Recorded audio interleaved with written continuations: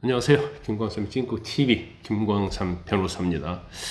저는 이제까지 방송하면서 이제 이런 말 잘 안 하려고 하는데, 이제 댓글에도 왜 구독과 좋아요 해달라는 얘기를 안 하느냐, 이제 그런 말씀 하시더라고요. 근데 제가 뭐 안 해도 다 뭐 하시기 때문에 뭐 별로 말씀을 안 드렸어요. 근데 오늘 이 기회로 한 말씀 드린다고 한다면, 우리 찐국TV가 어떤 비바람, 눈보라, 그리고 어떤 폭풍에서도 견딜 수 있는, 흔들리지 않는 등대가 되겠다는 것이 저희의 지향점입니다. 그런데 이제 그렇게 되려고 하면 이제 많은 분들이 성원하고 지지를 해주셔야지 그렇게 될 수 있거든요. 그래서 여러분의 구독과 좋아요는 저희 찐국 TV가 등대가 되는 데 있어서는 엄청난 도움이 됩니다. 여러분의 많은 성원을 부탁드리고요. 오늘 방송은 일단 이제 한동훈 대표에 관한 얘기를 좀 하려고 그래요.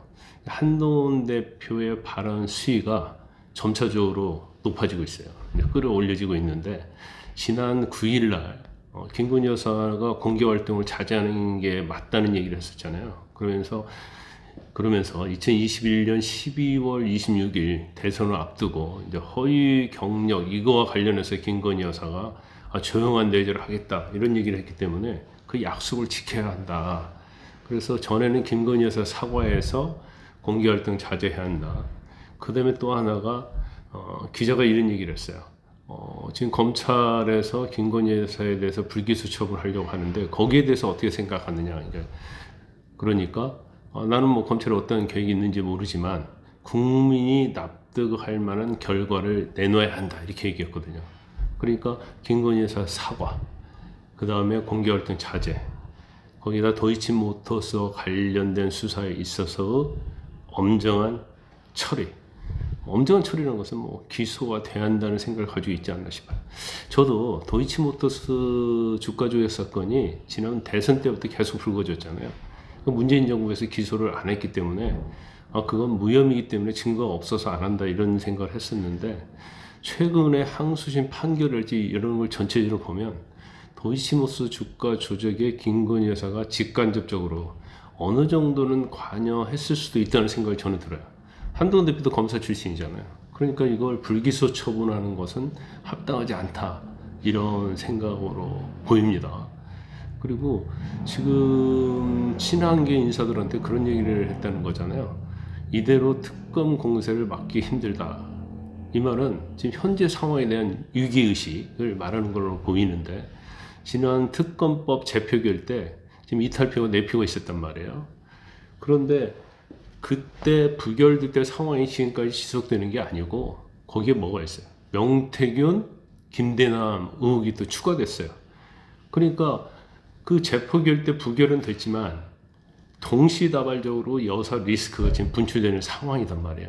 그러면 이걸 방치할 수 없는 임계점에 왔다 이렇게 보고 있기 때문에 한동훈 대표가 발언 수위를 끌어올리고 있고, 뭐 재보궐선거 뒤에 독대를 할지 안 할지 모르겠어요. 왜냐면 한동훈 대표가 워낙 좀 발언 수위가 높아지고 민심에 따른 얘기를 하기 때문에 대통령실은 굉장히 불편해 하겠죠.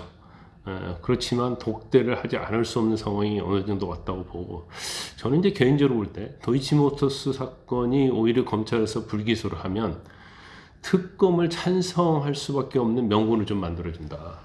오히려 지금 김건희 여사 관련된 의혹이 죄가 될 수 있는 것이 있고 안 되는 것이 있단 말이에요. 근데 그중에 죄가 될 수 있는 영역의 가장 큰 것이 도이치모터스 주가 조작이에요. 그러면 이걸 기소를 해버리면 대통령도 마찬가지고 당도 마찬가지로 부담이 좀 덜 수가 있죠. 그리고 특검의 동력이 또 상실될 수가 있어요. 이제 그렇기 때문에 도이치모터스 주가 조작이 기소되느냐 불기소냐에 따라서 특검이랄지 향후에 어떤 탄핵이랄지 이런 거에 영향을 많이 미칠 수 있기 때문에 어떤 선제적인 조치가 필요하다 이렇게 보고, 또 이제 한동훈 대표가 이런 얘기를 했더라고요. 친윤이든 대통령 비서실이든 또 비서 뭐 일각이든 간에 굉장히 민심과 동떨어진 이야기를 하지 마라. 말을 하려고 하면 익명의 뒤에 숨지 말라는 거예요. 근데 저도 사실은 뭐 관련자들 뭐 약간 친윤이 아닌 국민의 의원도 뭐 몇 명 만나 사적 얘기를 했는데, 지금 민심이 어느 정도인가, 그리고 김건희 여사와 관련된 분노 이런 것들을 전달하면 저보고 아니 김 변호사는 친한이 아니야? 막 저를 친한으로 몰고 가면서 마치 사실을 왜곡하고 있는 것처럼 그렇게 얘기를 해서 현실에 대한 인식이 이렇게 없는가? 이게 바로 대통령과 대통령 측근들의 인식이구나. 여기에 굉장히 깜짝 놀랐어요. 그러면 계속 이렇게 가면 어떻게 됐어요?